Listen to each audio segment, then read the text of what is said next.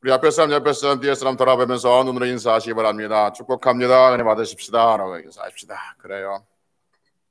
지난 시간에는 맥주 감사주일이어서 감사에 대한 말씀을 전했습니다. 감사는 하나님의 명령이라겠고, 범사에 감사하자겠고, 감사는 하나님께 들어가는 문이라고 말씀드렸습니다. 그리고 마지막으로 감사를 더 풍성하게 하자라는 말씀을 드렸습니다. 어떻습니까? 한 주간 살아가면서 매일 삶 속에서 감사가 더 풍성해졌나요? 아니면 감사가 줄어들었던가요? 아니면 까맣게 잊고 살아왔던지요? 어찌됐든 매일의 감사가 더 풍성해지는 그런 성들이 되시기를 다시 한번 주의 이름으로 축복합니다. 아멘. 오늘은 순종에 대해서 말씀드립니다. 순종은 성경에서 하나님께서 우리 성도들에게 끊임없이 요구하는 덕목 중에 하나가 순종이죠. 성경에서 우리에게 순종을 요구하는데 성경에서 말한 순종은 무엇일까? 그런 것에 대해서 말씀을 드리려고 합니다. 순종이 뭐냐 하면 그냥 하라고 하면 하는 것, 이게 순종일까요? 성경에서 순종을 어떻게 말하고 있을까요? 성경에서 순종을 말씀을 드리려면 이 복종하고 같이 연결해서 설명하는 게 더 도움이 될 것 같습니다. 성경은 우리에게 순종하고 복종하라라고 말씀하고 있습니다. 그래서 어떤 순종과 복종이 같은 의미로 쓰기도 하지만 성경에는 정확히 말씀을 보면 구별해 보면 순종과 복종을 구분해서 우리에게 말씀하고 있죠. 그래서 히브리서 13장 17절에 보면 너희를 인도하는 자들에게 순종하고 복종하라라고 말씀하고 있습니다. 그래서 순종과 복종이 다른 의미를 가지고 있다는 것을 우리는 알 수가 있는 거죠. 그러면 순종이 뭐고 복종은 뭘까 하는 것이죠. 그러니까 순종이 뭐고 복종이 뭐냐 하는 것을 여러 말로 설명이 할 수 있습니다. 가장 이렇게 쉽게 생각할 수 있는 게 뭐냐면 순종은 그냥 순수히 하는 것이고 복종은 하기 싫어도 하는 것, 이 정도 차이로 우리는 설명이 되어지는데 성경적인 관점에서 보면 좀 어렵게 설명하면 이렇습니다. 순종은 겉으로 드러난 결과이고 복종은 그 마음의 상태를 복종이라고 말을 하고 있죠. 그러니까 무슨 말인지 잘 이해가 안 되죠. 이렇게 한번 예를 들어보겠습니다. 마태복음 21장 8절에 보면 두 아들의 비유가 나와요. 그 비유에서 한 아버지가 큰아들에게 말해요. 오늘 포도밭에 가서 일 좀 해라 라고 말하니까 큰아들이 가겠습니다. 일하겠습니다 라고 대답합니다. 그러니까 그 아들은 마음으로 어떤 상태를 가지고 있든지 간에 겉으로는 갈게요 라고 말했어요. 여기까지 보면 이 아들은 아버지에게 뭐 한 거예요? 순종한 거예요. 겉으로 드러나는 거예요. 라고 드러났어요. 그런데 성경에 보면 그 아들이 밭에 가서 일을 하지 않았던 거죠. 밭에 가서 일을 하지 않았던 것은 어떤 이유인지 모르지만 하여튼 그 아버지의 말을 마음으로 받아들이지를 못하고 있는 거죠. 그 아버지의 그 말을 자기의 마음이 복종하지 못하고 있는 거예요. 그렇기 때문에 성경은 그 아들이 순종하지 않았다고 보는 것이죠. 그래서 순종이 뭐고 복종이 뭐냐 하면 순종은 겉으로 드러나는 결과가 순종이고 복종은 그 마음의 상태가 복종이 되는 거죠. 그래서 성경이 요구하는 것은 순종을 요구한다는 것은 그 순종은 복종을 포함하고 있는 거죠. 그래서 마음으로 온전히 순종하는 그 상태를 성경은 요구를 하고 있다 그런 것이죠. 그래서 순종은 권위자의 말에 겉으로 드러난 태도이고 복종은 그 마음의 자세이죠. 그래서 하나님의 말씀을 그 마음으로 받아들이지 못하면 겉으로는 겉으로는 순종하는 척하지만 그 순종이 결코 오래 가지를 못하는 것이죠. 나중에 보겠지만 하나님께서 순종하기 위해서 그 순종을 가르치고 그래서 온전한 순종을 성도들이 이루어가는 그 방법들을 제시해 주고 있는 것이죠. 그래서 마음으로 복종하지 아니하는 순종은 결코 오래가지 못한다. 성경에서 말하고 있는 순종은 복종을 포함하고 있다는 거죠. 그래서 이사야 1장 19절에 보면 너희가 즐겨 순종하면 땅의 아름다운 소산을 먹을 것이요 라고 말합니다. 여기서 즐겨 순종한다는 것이 바로 마음으로 복종한 상태에서 순종하는 것을 의미하고 있는 거죠. 여러분, 교회도 요즘에 이런 일들이 참 많이 일어나고 있습니다. 교회 안에 권위자가 무슨 말을 하면 겉으로는 이해하지만 속으로 비웃는 경우도 있는 거죠. 교회 안에 권위자가 무슨 말을 하면 겉으로는 이해하는데 돌아서서 다른 사람들에게 비난하는 경우가 있습니다. 마음으로 복종되지 아니하는 순종은 성경에서 순종이 아니라라고 말한 거죠. 그래서 성경에서 말한 순종은 마음으로 온전히 받아들여져서 즉 복종을 포함한 상태를 지금 말씀하고 있는 것이죠. 성경은 성도에게 순종을 요구하는데 그 순종은 마음으로 복종한 상태, 그것을 포함한 그 순종을 요구하고 있다는 것이죠. 그러면 성경은 왜 순종을 요구할까 하는 거죠. 중요합니다. 성경은 우리에게 수없이 순종을 요구하는데 성경은 왜 순종을 요구하냐면 순종은 권위를 인정하는 가장 중요한 행위이기 때문에 그렇습니다. 순종은 권위를 인정하는 중요한 행위예요. 그러니까 성도가 하나님께 순종한다는 것은 하나님의 권위를 뭐 한다는 거예요? 인정한다. 하나님의 존재, 하나님의 권위를 인정한다는 거예요. 자녀가 부모에게 순종한다는 것은 자녀가 부모의 권위를 인정한다는 거죠. 아내가 남편에게 순종한다는 것은 남편의 권위를 인정한다는 거예요. 디모데후서 3장 1절에서 성경은 세상의 권세자들에게 순종하라고 이야기합니다. 그거는 하나님께서 세우신 세상의 권세자들을 하나님께서 세우셨다는 것을 인정하는 것이 되는 것이죠. 골로새서 3장 22절 보면 종들에게 상전 주인들에게 순종하라고 말합니다.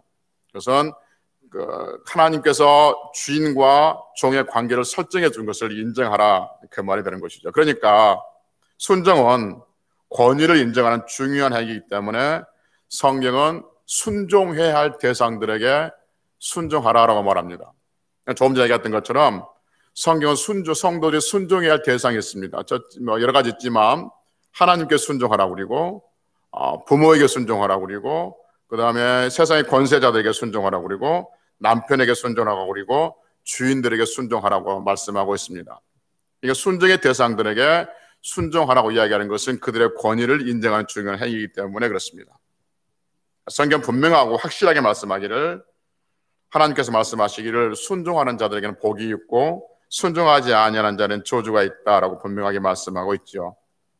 두 사람의 예를 한번 들어봅시다. 아브라함과 사울의 예를 한번 들어봅시다. 먼저 아브라함의 예를 들어봅시다. 아브라함은 히브리서 11장 8절에 보니까 이렇게 말씀합니다. 믿음으로 아브라함은 부르심을 받았을 때 순종하여, 믿음으로 아브라함은 부르심을 받았을 때 뭐하여? 순종하여 장래의 유업으로 받을 땅에 나갈새 갈 바를 알지 못하고 나갔으며 라고 말합니다. 잘하는 말씀이잖아요. 하나님께서 아브라함을 불러서 자기 고향과 친척과 아비집을 떠나라고 하잖아요. 어디로 가라고 하냐면 하나님께서 보여줄 땅이죠. 보여준 땅이 아니라 보여줄 땅이죠. 이걸 해석하기를 11장 18절 해석하기를 갈 바를 알지 못하는 땅이죠. 갈 바를 알지 못하는 땅으로 가라라고 말합니다. 이게 말이 안 되잖아요, 여러분. 갈 바를 알지 못하는 곳으로 가라. 말이 안 되는 거죠. 적어도 어디로 가는 것은 알아야 되지 않겠습니까? 뭐 지금처럼 지도가 발달된 것도 아니고 뭐 거리가 잘 닦여져 있는 것도 아니고 안전이 보장되어진 것도 아닌데 당시에 갈 바를 알지 못하고 가라? 라고 말씀하고 있습니다.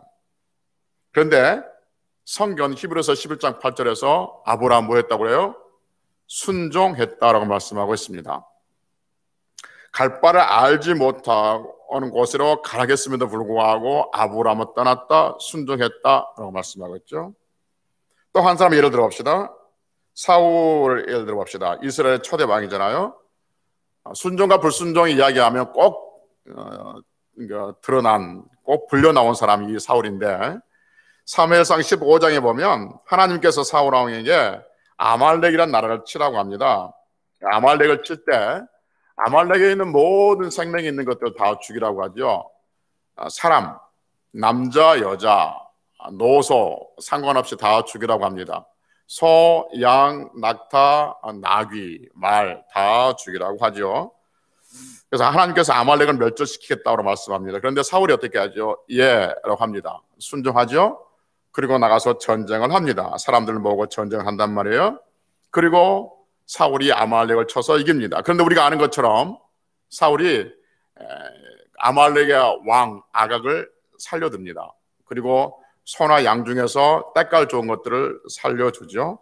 그래서 왜 이것들을 죽이라고 했는데 살려줬냐라고 하니까 그 좋은 것들을 하나님께 드리기 위해서라고 둘러댑니다. 근데 성경은 우리에게 중요하고 유명한 말씀을 들려주죠. 순종이 제사보다 낫고 듣는 것이 수양의 기름보다 낫다는 아주 유명한 말씀을 들려주고 있습니다. 그러면서 하나님께서 말씀하시기를 사울이 하나님의 말씀을 버렸으니까 하나님도 사울을 버리겠다라고 말씀하고 있습니다. 사울은 겉으로는 예라고 전쟁에 나갔죠. 여기까지 보면 순종입니다. 그러나 그 말대로 하지 않았어요. 그래서 마음으로 그것을 받아들이지 못한 거죠. 복종하지 못한 겁니다. 이걸 성경에 뭐냐면 불순종했다 이렇게 말씀하고 있는 것이죠.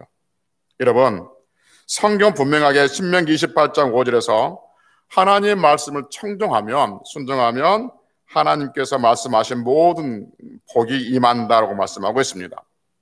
뒤집어서 반대로 이야기하면 신명기 28장 15절에서 하나님 말씀을 순종하지 아니하면 저주가 임할 것이다 라고 말씀하고 있습니다. 그래서 여러분, 순종은 하나님께로부터 오는 복을 받는 그릇입니다. 다시 말하면 귀로 듣는 하나님의 말씀을 순종을 통해서 눈으로 보게 됩니다. 할렐루야.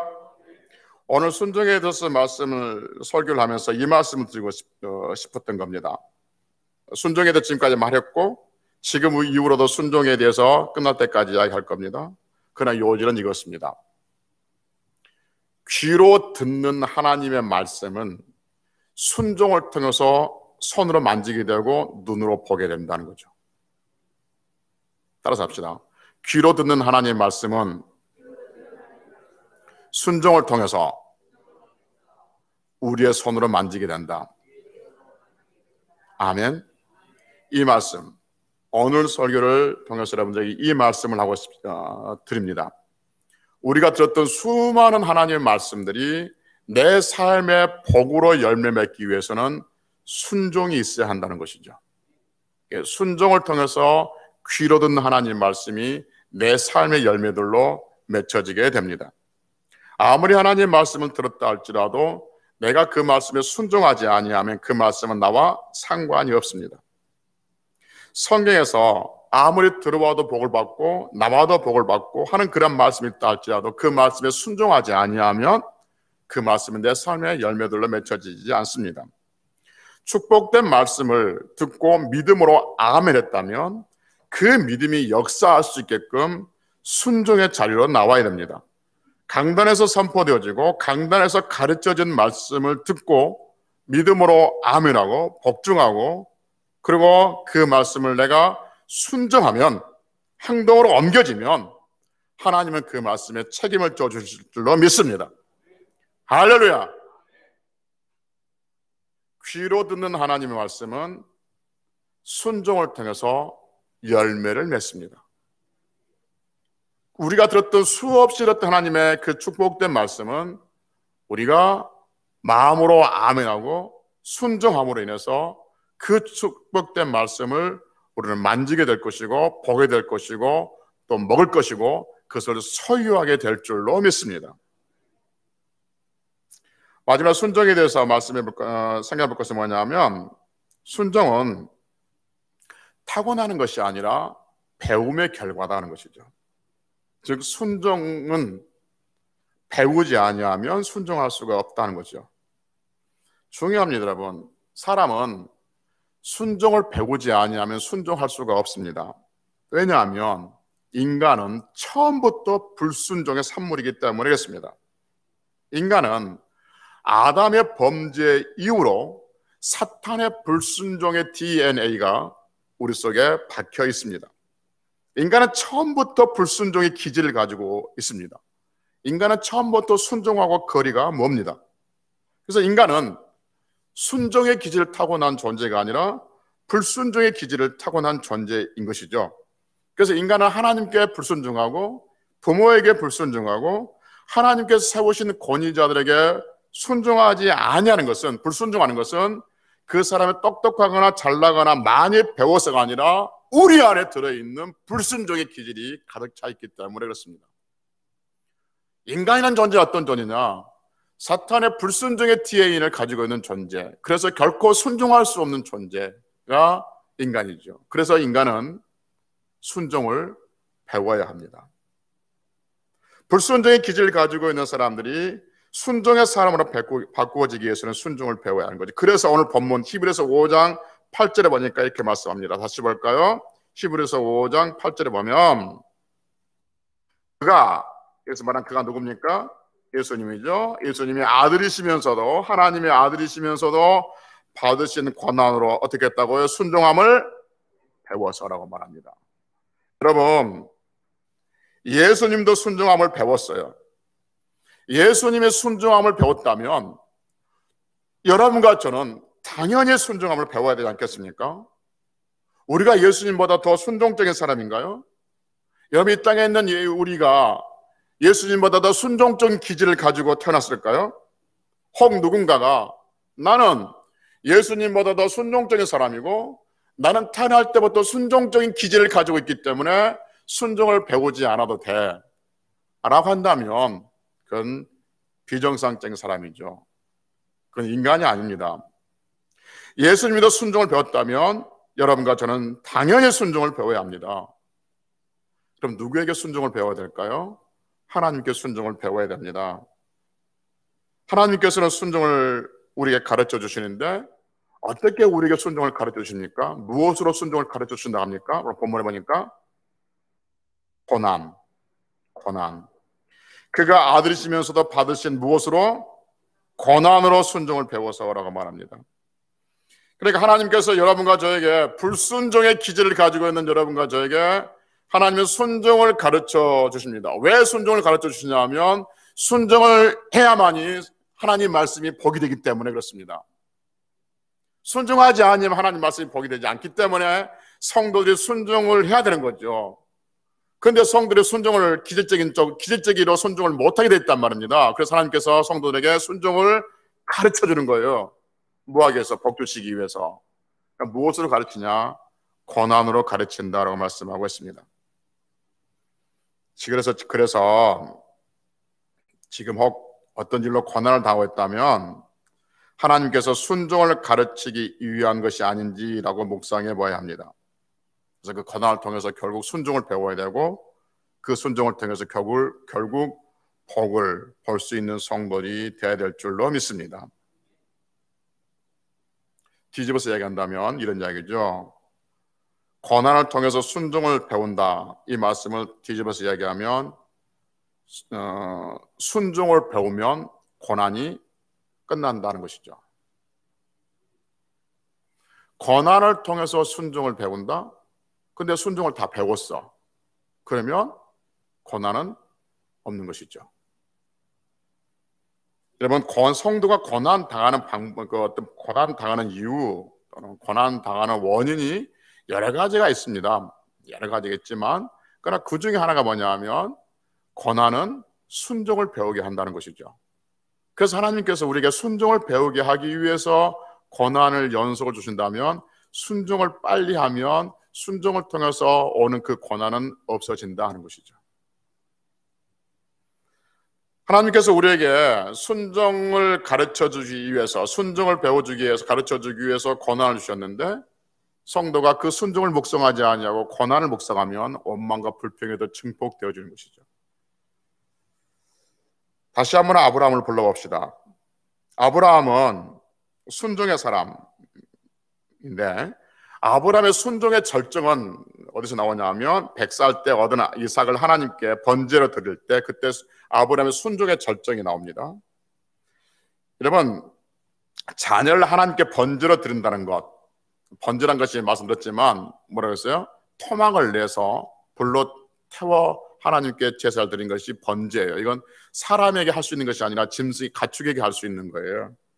그런데 하나님께서 아브라함에게 이삭을 번제로 드리라고 합니다. 그때나 지금이나 있을 수 없는 상식으로 생각할 수 없는 것이죠. 여러분, 만약에 어떤 사람이 여러분들에게 집사님, 우리 부부는 우리 아들을 하나님께 드렸어요 라고 하면은 여러분들은 어떤 생각하겠어요? 하나님께 바쳤어요 하면 그렇죠. 신학교나 보내는 것보다 아니면 선교사나 보내는 것보다 이 정도 차원이지 토막내서 불태워 주겠어요 이 정도 아니잖아요. 그런데 하나님께서는 아브라함에게 이 이삭을 하나님께 바치라고 그랬죠. 번제로 바치라 한단 말이에요. 근데 아브라함은 하나님 말씀에 순종했어요. 복종을 하고 순종을 실제로 했던 것이죠. 마음으로 받아들인 것이죠. 근데 여러분, 아브라함이 하나님께서 그 말씀하신 그 말도 안 된 그 일에 어떻게 순종이 가능했을까요? 지금 무슨 말이냐면 아브라함은 태생적으로 순종의 기질을 타고났기 때문에 순종했을까요? 아브라함도 역시 순종을 배웠기 때문에 그래요. 아브라함이 태생적으로 그는 순종적인 사람이어서 순종했던 것이 아니라 아브라함도 순종을 배웠어요. 무엇을 통해서? 고난을 통해서.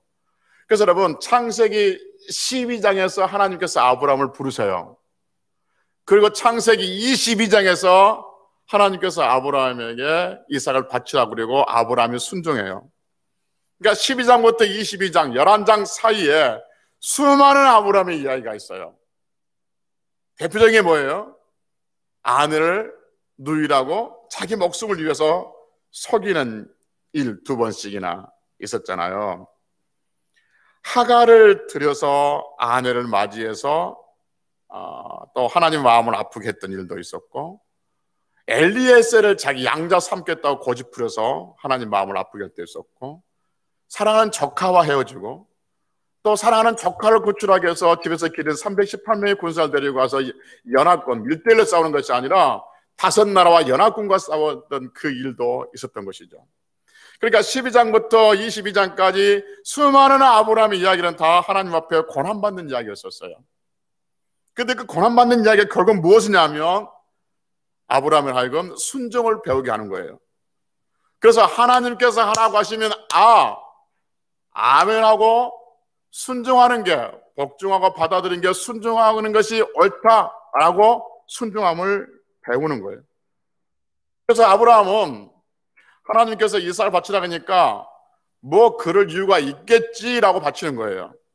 마음으로 복종하고 순종하여. 그런데 여러분, 성경은 히브리서 11장 19절에서 이것을 이렇게 해석해 주고 있어요. 뭐라고 하냐면 하나님께서 아브라함에게 이삭을 바치라고 그러니까 아브라함이 속으로 이렇게 생각했대요. 히브리서 11장 19절에 보니까 이렇게 말합니다. 그가, 아브라함이죠. 그가 하나님이 능히 이삭을 죽은 자 가운데서 다시 살리실 줄로 생각한지라 이렇게 말해요. 한번 봅시다. 아브라함의 생각을 성경은 히브리서 11장 19절에서 우리에게 들려줘요. 당시의 생각을 우리에게 들려줘요. 뭐라 했냐면, 아브라함이 뭐라 했냐면, 하나님께서 아브라함에게 이삭을 바치라 하니까 아브라함이 속으로 생각하기를, 그래?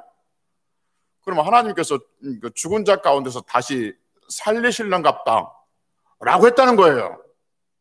여러분, 그렇게 아브라함이 그런 순종할 수 있는 그 믿음, 순종할 수 있는 그 행위는 어디서 나왔냐면 수많은 고난을 통해서 하나님께서 하라고 하셨으면 분명한 이유가 있을 것이다 라고 드리는 거예요.